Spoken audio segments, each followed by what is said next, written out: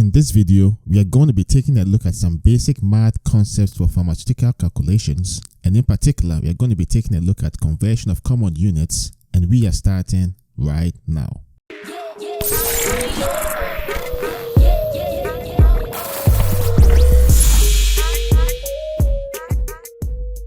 Hello, this is Dr. Dankwa, and if this is your first time here and you'd like to learn pharmaceutical calculations, tips, tricks, and strategies, then start by subscribing and clicking the bell so you don't miss anything.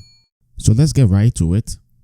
In this video, we are going to be taking a look at basic math concepts for pharmaceutical calculations, and in this video, we're actually going to be focusing on converting common units. So a really excellent resource to use is Pharmaceutical Calculations by Ansel and Stockton, and the content you need to master is actually in chapter 2 from pages 17 to 32 of the 15th edition.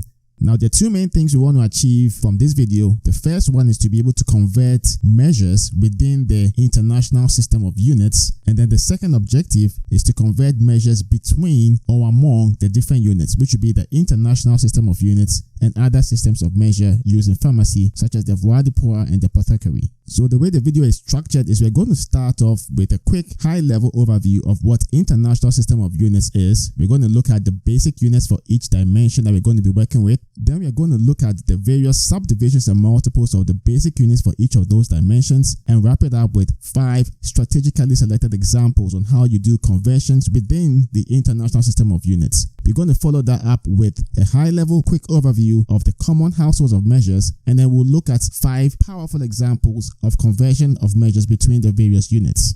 So let's get right to it.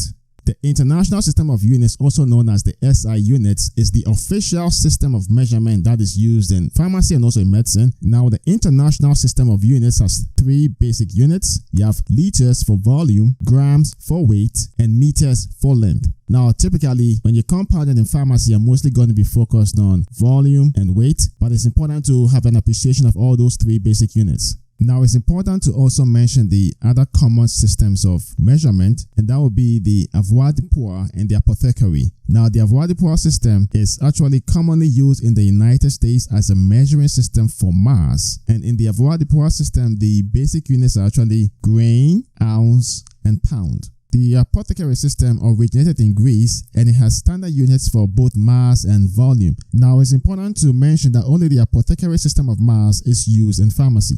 So now that we know what the basic units of the international system of units are, which once again is liters for volume, grams for weight, and meters for length, typically when you are compounding or working with products, you're going to be using quantities that are either smaller than the basic unit or larger. And so we want to be familiar of the relationship between those smaller units and the multiples of the basic unit. So let's take a scenario where you're weighing something out to compound, and the basic unit of mass is grams, but your quantities are much less than a gram. So let's say it's 1,000 times less, then that will be a milligram. So you'll be using a subdivision there. Now the milli refers to 1,000th of a gram in this instance. Now let's say it was 1,000 times more heavier than the basic unit of mass, which is grams. Then you will be talking about a multiple of the basic unit, which would be kilograms. So understanding the relationship between all the various subdivisions and the basic unit is ultra important in order to do the conversions within the SI unit system. And so it's really important to have memorized the various subdivisions and multiples of the basic unit. That way you can easily do your conversions within the international system of units.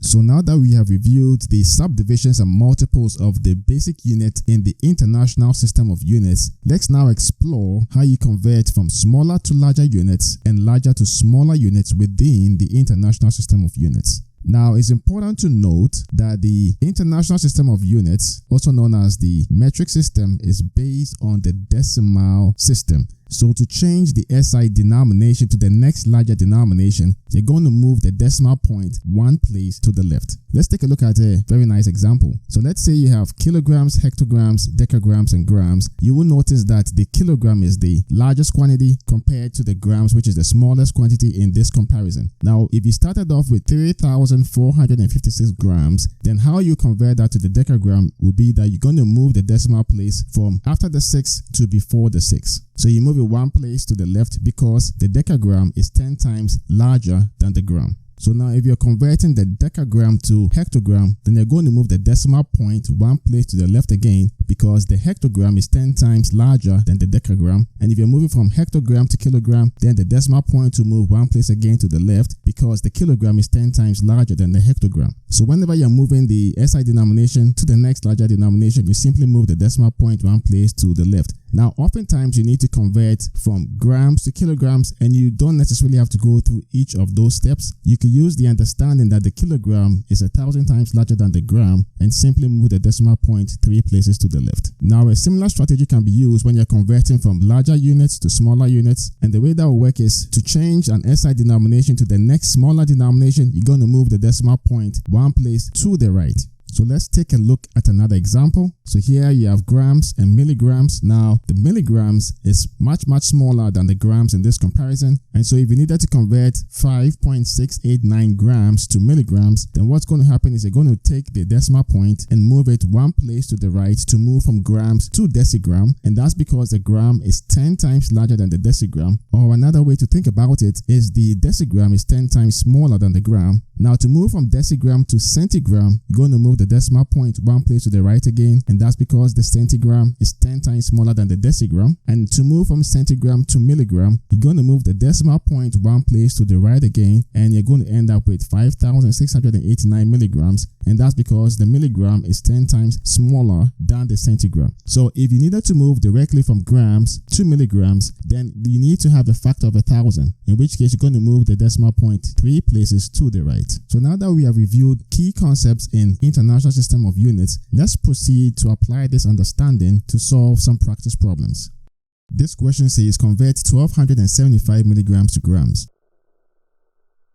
Now, an excellent way to solve this question is to use dimensional analysis. And if you need a quick review on dimensional analysis, I encourage you to check out the video on ratio, proportion, and dimensional analysis, and then come back to this question. Now, it's important to note that in this question, we are converting within SI units because you have milligrams to grams, and all of that is within the international system of units. Now, in using dimensional analysis, we want to determine some quantity in grams, and so we're going to set this equal to the given quantity, which is 1275 milligrams. We're going to multiply this by the conversion factor. Now, how do you get from milligrams to grams? You need 1,000 milligrams to get 1 gram. So you have 1,000 milligrams in the denominator, and that's equal to 1 gram. Now, you would recall from dimensional analysis that the units cancel from numerator to the denominator. So we have the milligrams here canceling this milligrams out. And so now the quantity in grams is going to be equal to 1275 times 1 gram divided by 1,000. And so this is going to be equal to 1.275 grams. This question says, how many kilograms are in 8.8 times 10 to the power 5 micrograms? So an excellent way to solve this question is to use dimensional analysis. And what that would look like is we want to determine some quantity in kilograms. And so this is going to be equal to the given quantity, which is 8.8 times 10 to the power 5 micrograms. And now we need to multiply this by a conversion factor that takes us either directly from micrograms to kilograms, or we can transition through one of the intermediary subdivisions. So since there are so many subdivisions of the basic unit, a very strategic way is to compare everything to the basic unit itself. And so with that understanding, it would imply that 1 times 10 to the power 6 microgram is equal to 1 gram. And then we can now determine the number of grams that is needed to make a kilogram. Now 1,000 grams make 1 kilogram. So at this point, we can cancel all the terms numerator to denominator. So the micrograms in the numerator here cancel out the micrograms in the denominator. And then the grams in the numerator here cancels out the grams in the denominator here. And so at this point, you have a quantity in kilograms, which is equal to 8.8 times 10 to the power 5 times 1 kilogram divided by 1 times 10 to the power 6 times 1,000. And so your answer is going to be equal to 8.8 times 10 to the negative 4 kilograms. Now this question says convert 3.5 liters to cc or cubic centimeters. So we're going to use dimension analysis here, and what that would look like is you're going to have some quantity in cc or cubic centimeters, and that's going to be equal to the given quantity, which is 3.5 liters. Now we need to multiply this by some factor to get to either cubic centimeters directly or get to an intermediary which will allow us to get to cubic centimeters. So a very strategic conversion factor to use here will be 1 liter is equal to 1000 milliliters. So the liters will cancel out and you're now in units of milliliter, but we need to get to cubic centimeter. So we're going to multiply this by some conversion factor, and what it is 1 milliliter is equal to 1 cubic centimeter. So now the milliliters can cancel out and you are in units of cubic centimeter. And so the next step then is your cubic centimeter quantity that you're looking for is going to be equal to 3.5 times 1000 times 1 cubic centimeter divided by 1 times 1. Essentially, you're multiplying all the terms in the numerator, dividing by all the terms in the denominator, and now that's going to be equal to 3,500 cc. This question says add 7.25 liters and 875 centiliters and then reduce to milliliters. So we're going to use dimension analysis to solve this question, but the first thing we're going to do is we're going to convert the liters to centiliters so that they're in the same dimensions, add them up, and then use dimension analysis again to convert them to milliliters.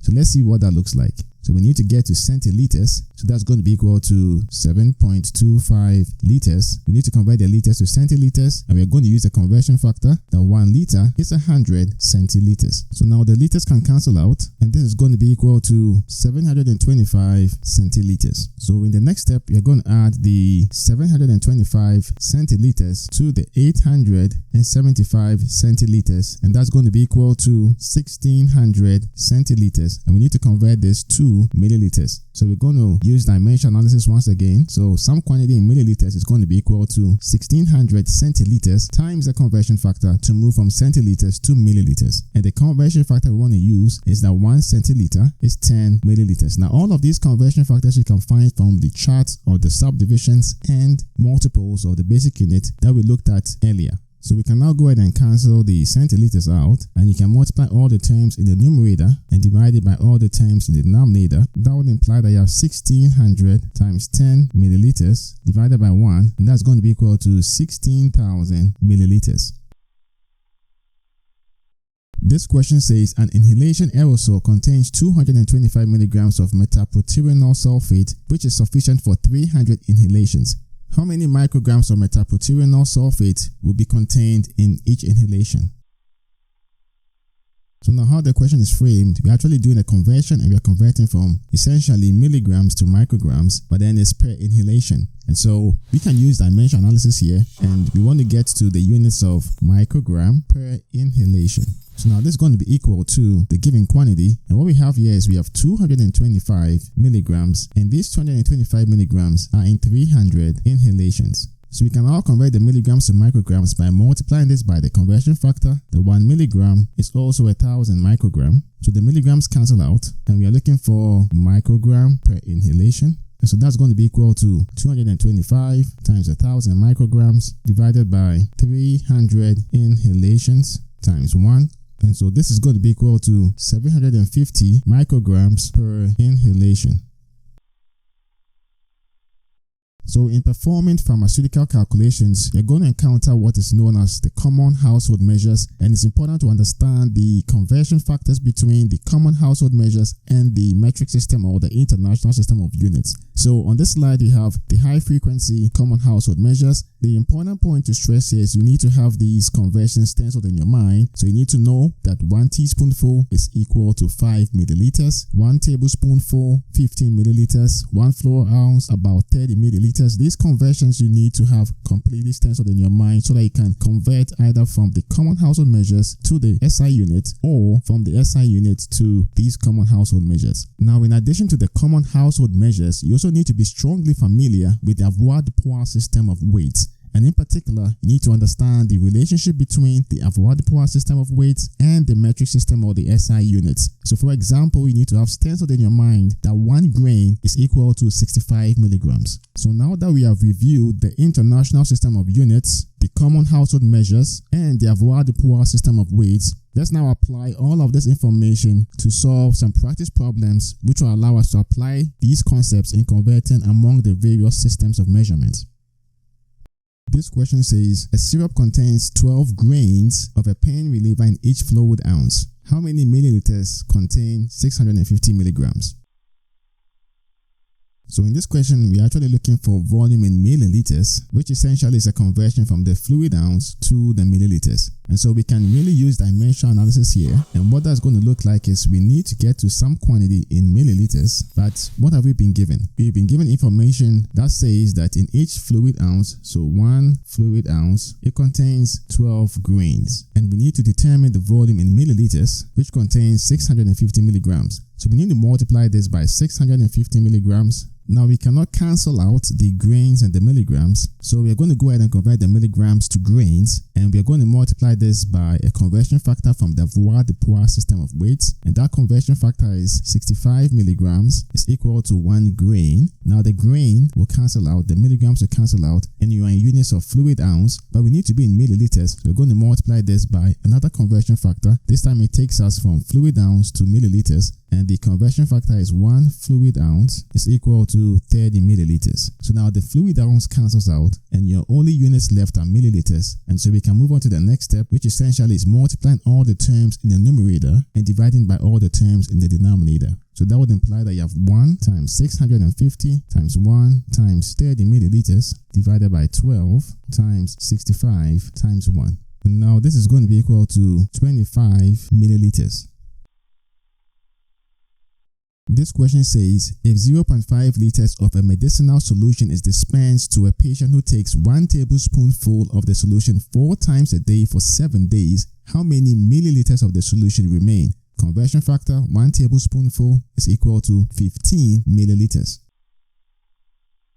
So this question involves some proportional reasoning and conversion, and the ultimate goal is to determine the volume in milliliters that would remain after a patient takes 1 tablespoonful 4 times a day for 7 days. And so the strategy here will be first to determine the original volume that you have in milliliters. So we're going to take this 0.5 liters, convert that to milliliters, and then go ahead and determine the amount in milliliters that has been consumed by the patient. And then we'll go ahead and find the difference between those two values to determine the volume in milliliters of the solution that remains. And so the first thing we'll do is we're going to take this 0.5 liters and convert that to milliliters. And we're going to use a conversion factor that 1 liter is 1,000 milliliters. So the liters cancel out, and at this point you're going to be having 500 milliliters. And so the next step is now to determine the volume in milliliters that the patient has consumed. And so we need to end up in milliliters once again, and we're going to start off with the 1 tablespoonful. So we have 1 tablespoonful, and the patient is taking this 4 times in 1 day and taking it for 7 days. So now the days cancel out,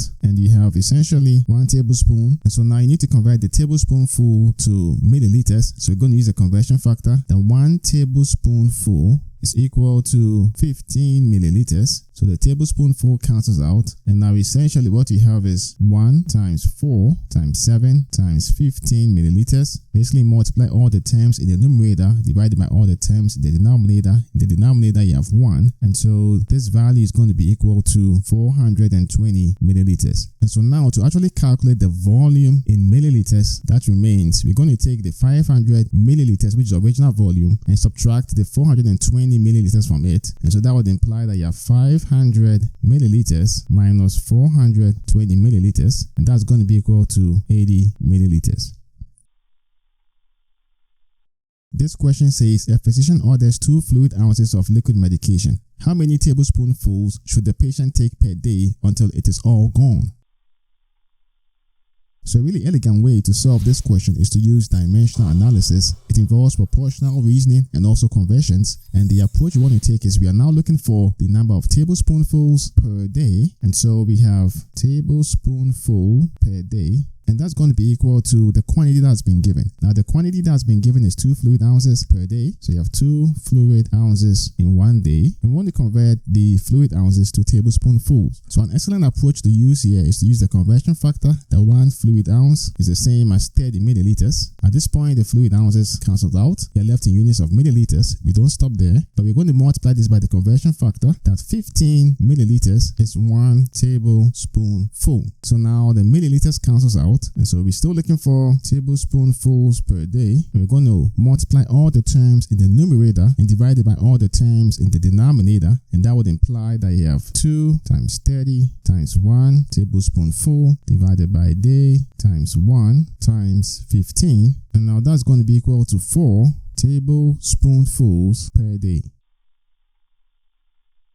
This question says a child accidentally swallowed 2 fluid ounces of fuel-cell elixir containing 2/3 grain of ferrous sulfate per teaspoonful. How many ferrous sulfate in milligrams did the child ingest? So here we are looking for quantity in milligrams, which essentially is 2/3 grain per teaspoonful. So we're going to put 2/3 of a grain per teaspoonful. And we're going to multiply this by the volume of the elixir, which is 2 fluid ounces. So we multiply this by 2 fluid ounces. The teaspoonful and the fluid ounces cannot cancel out. So we're going to convert the fluid ounces to teaspoonfuls, but we're first going to convert it to milliliters. So we're going to use the conversion factor that 1 fluid ounce is the same as 30 milliliters. At this point, the fluid ounces can cancel out, but you still have milliliters and teaspoonful which cannot cancel out. So we're going to convert the milliliters to teaspoonful using the conversion factor that 5 milliliters is 1 teaspoonful. So the milliliters can cancel out, the teaspoonful can cancel out, but we are still in grains and we need to be in milligrams. So we're going to multiply this by the conversion factor that 1 grain is 65 milligrams. So now the grain cancels out and you are in units of milligrams. And so the next step then is to multiply all the terms in the numerator divided by all the terms in the denominator, and that would imply that you have 2/3 times 2 times 30 times 1 times 65 milligrams divided by 1 times 5 times 1. That's going to be equal to 520 milligrams. This question says a prescription calls for a patient to use 1.5 tablespoonful of medicated mouthwash 2 times per day. How many milliliters of medicated mouthwash should be dispensed for a 5-day regimen?